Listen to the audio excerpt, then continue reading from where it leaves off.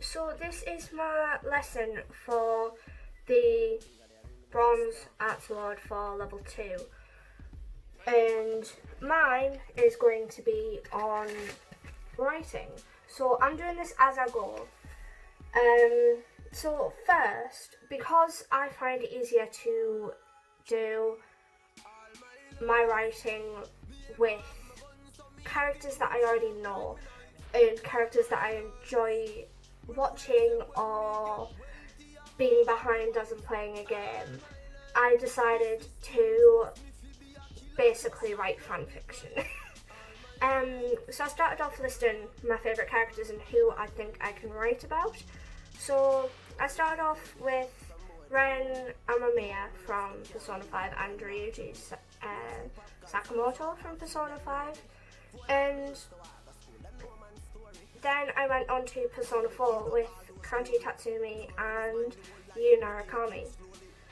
Then I went into movie territory and picked out Richie Toja from It. Then I picked Link from The Legend of Zelda. Then Donna Noble, the 10th Doctor, Rose Tyler and Captain Jack, all from Doctor Who. And then I wrote down Mabel and Dipper Pines from Gravity Falls. And writing about Mabel and Dipper piqued my interest, so I crossed off everyone else and chose to write about Mabel and Dipper. And to get a basic consensus of what I'm writing about, I put my story is about Dipper and Mabel Pines finding a new monster in Gravity Falls. Now I'm going to brainstorm some ideas for what my new monster will be.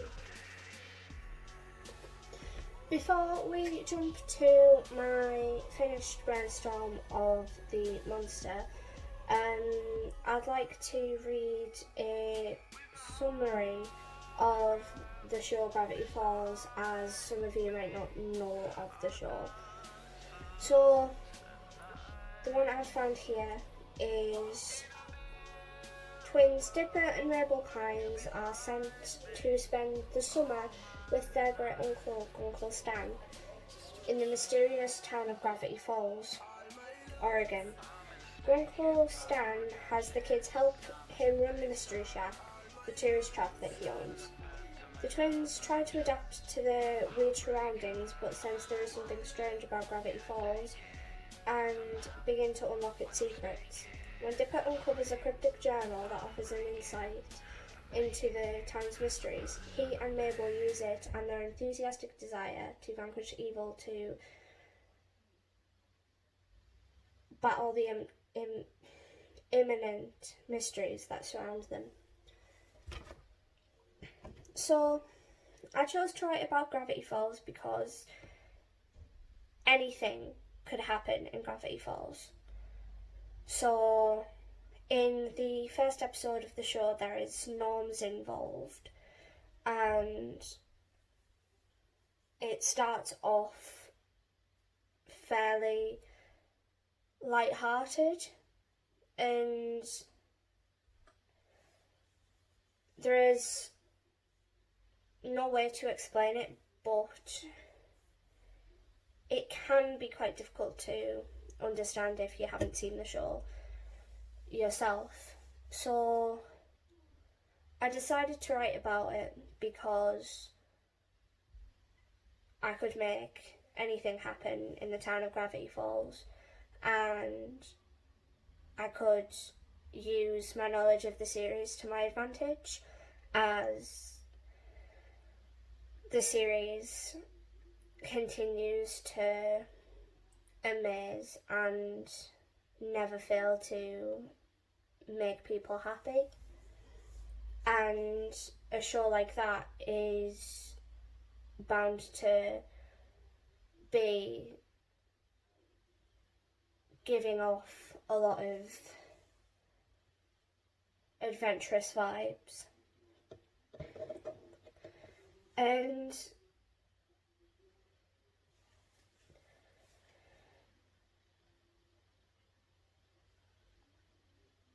with this show, I feel like writing a story would be fun and there are endless possibilities because the characters can get up to so much in such a short space of time.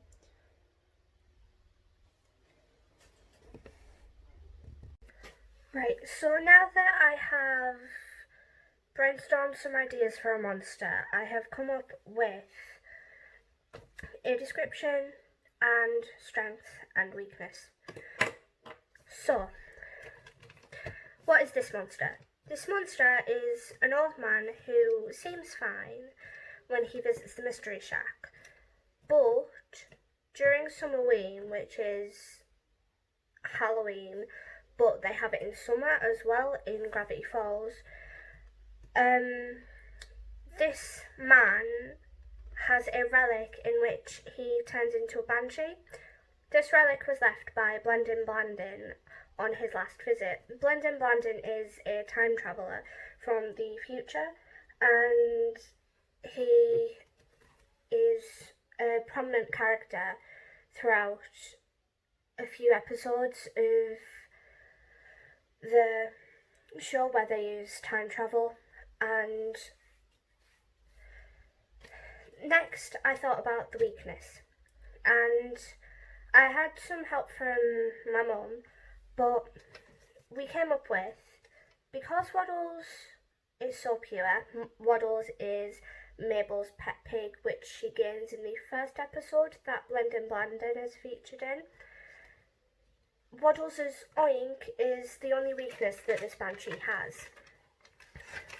And then I thought, what are her strengths? And of course, a banshee, everyone knows their talent, as you can call it, is screaming and shrieking. So that are the strengths. And I came up with, this year Summerween happened and ended up on a summer equinox. He is powerful during a summer equinox and a blood moon, but during a blood moon he isn't as powerful as during the equinoxes. This banshee grows stronger with every victim that screams and faints in its presence, as fear is the energy that this banshee feeds off. And my settings are going to be the Mystery Shack and the Gravity Falls Mall. And I'm thinking of adding the school in as well, as there will be a big Summerween party at the school in the gym. I'm going to be writing in second person. As the writer, I will be writing as Dipper. So I'm going to write a first draft, and for first drafts I always aim for roughly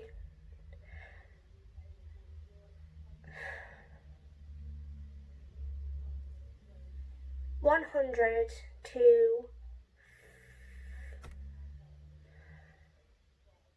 300 words for a introduction and a first draft to what I'm actually doing.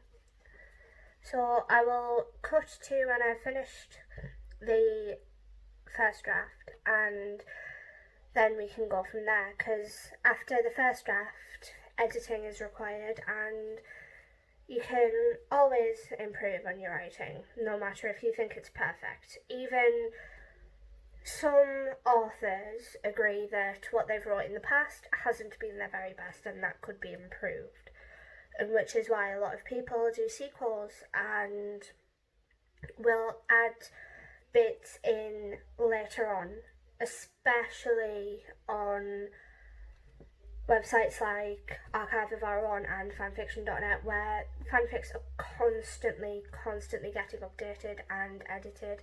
And it also helps if you have a beta reader as well, which just gives you a second look into what you're doing.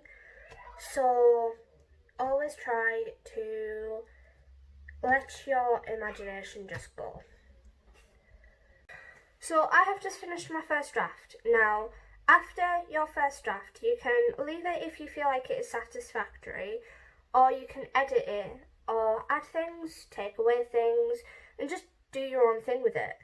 Now, I feel like mine is satisfactory, and I feel confident to leave it on a cliffhanger at the moment and go back to it at a later date. But for the way that I've done it, I've wrote in second person, and second person is easier to start off with than third person, because second person you have to plan out certain bits, but if you think of anything while on the fly, you can add that in as you go. So it could be something that's just popped in your head as you've put pen to paper or hands to keyboard, or it could be something that's added in at a really late date. So say maybe it's a couple of weeks in the future. But if you feel confident enough to leave it, then you can do that. But then if you ever have any ideas, write them down, because writing them down is the best way to not lose ideas. If you just keep them in your head, then your brain will explode and you will get writer's block very, very easily. But try your best to stay optimistic when it comes to writing, as writing can be and is fairly difficult if you don't have a basic structure to what you are doing. And I find a good way to start out before making your own stories is to include like your favourite people or your favourite characters from TV shows, like I've done. So I've brainstormed with different characters. I've used the Gravity Falls universe for mine. Just whatever you find helps you write, do it, because it will help and you may end up with a publish-worthy product. So hopefully anything that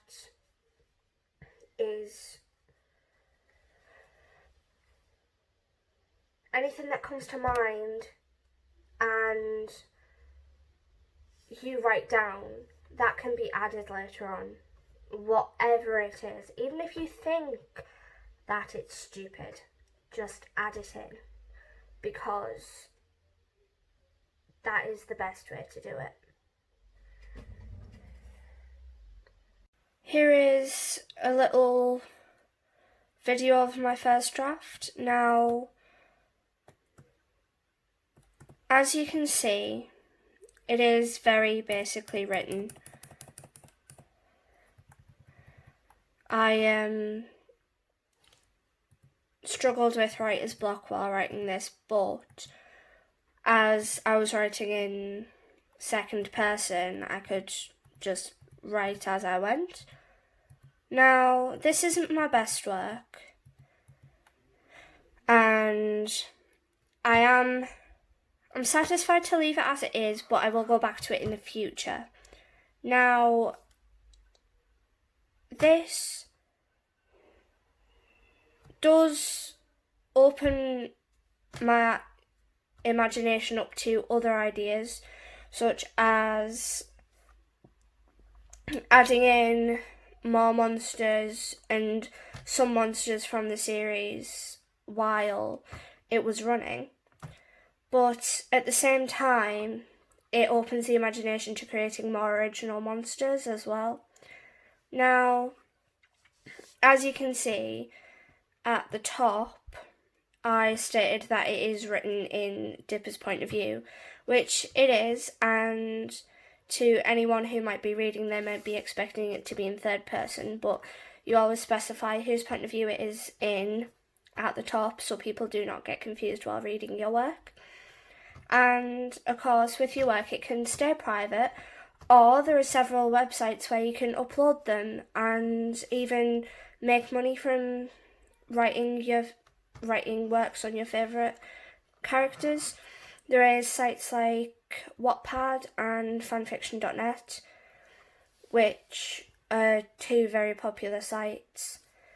And this is just basically where I started, and this is my first draft, and it will be edited in future, but only when my imagination is at its best and writer's block isn't impeding my work standard. Something you can do to help with creating a setting or a costume, if you are wanting to create your own outfit for your character or create your own character, you can use the internet to search for different things. So you can use Pinterest to look for outfits and locations for where your characters will be, and you can also use the outside world as well. So if you're like, everyone knows that J.K. Rowling came up with the idea for Harry Potter while she was on a train. You can use stuff like that, so like being on a bus, a long car journey, if you're out for a walk, even if you're sat in the back garden. You can just use anything to your imagination's ability, and a lot of stuff helps.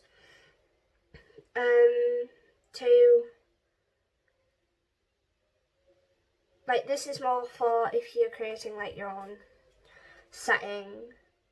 So if you wanted to create your own characters and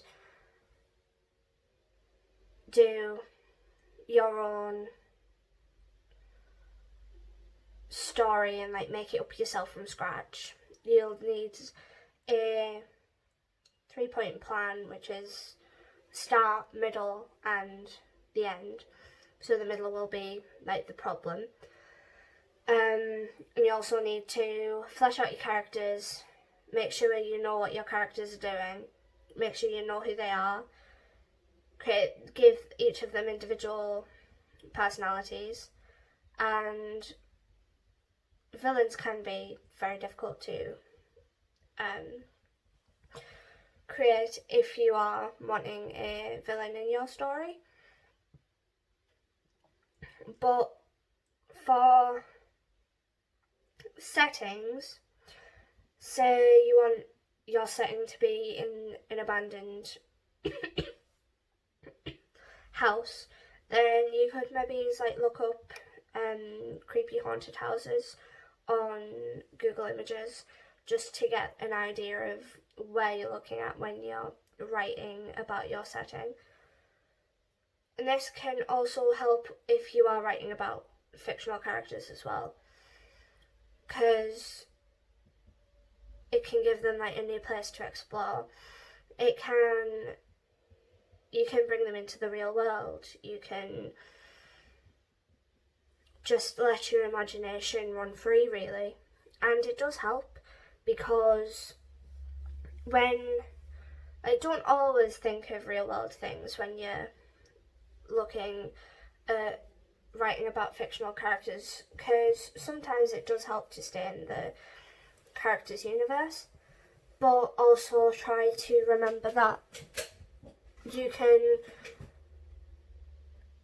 write them in the real world without changing their personalities.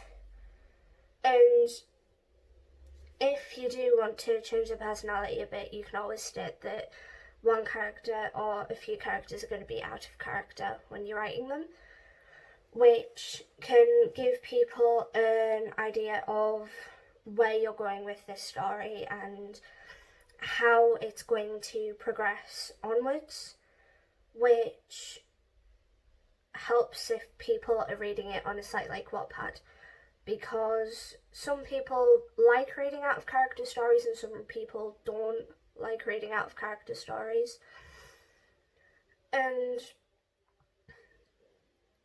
if all else fails, just writing for fun is a brilliant way of expression, and starting off with poetry or writing little quotes and stuff, that can help as well. But always try to be optimistic with what you are writing, as if you aren't, then your writing could fail and writer's block will be a big problem when trying to create your own story, because it does affect people really badly. It can affect big authors as well. So J.K. Rowling might have suffered from writer's block, Stephen King might have suffered from writer's block. It just happens at times, and other people have different ways of dealing with it, but you've got to find a way of dealing with it that fits you. So always try to be optimistic with what you're writing. If you feel like it's going bad, don't. If you just want to write until the page is filled, then do it, because you never know what works for you. I hope you enjoyed my lesson on writing. I hope you were able to learn something new and were able to create your own story about something that you enjoy. And I'd like to thank you for watching this video.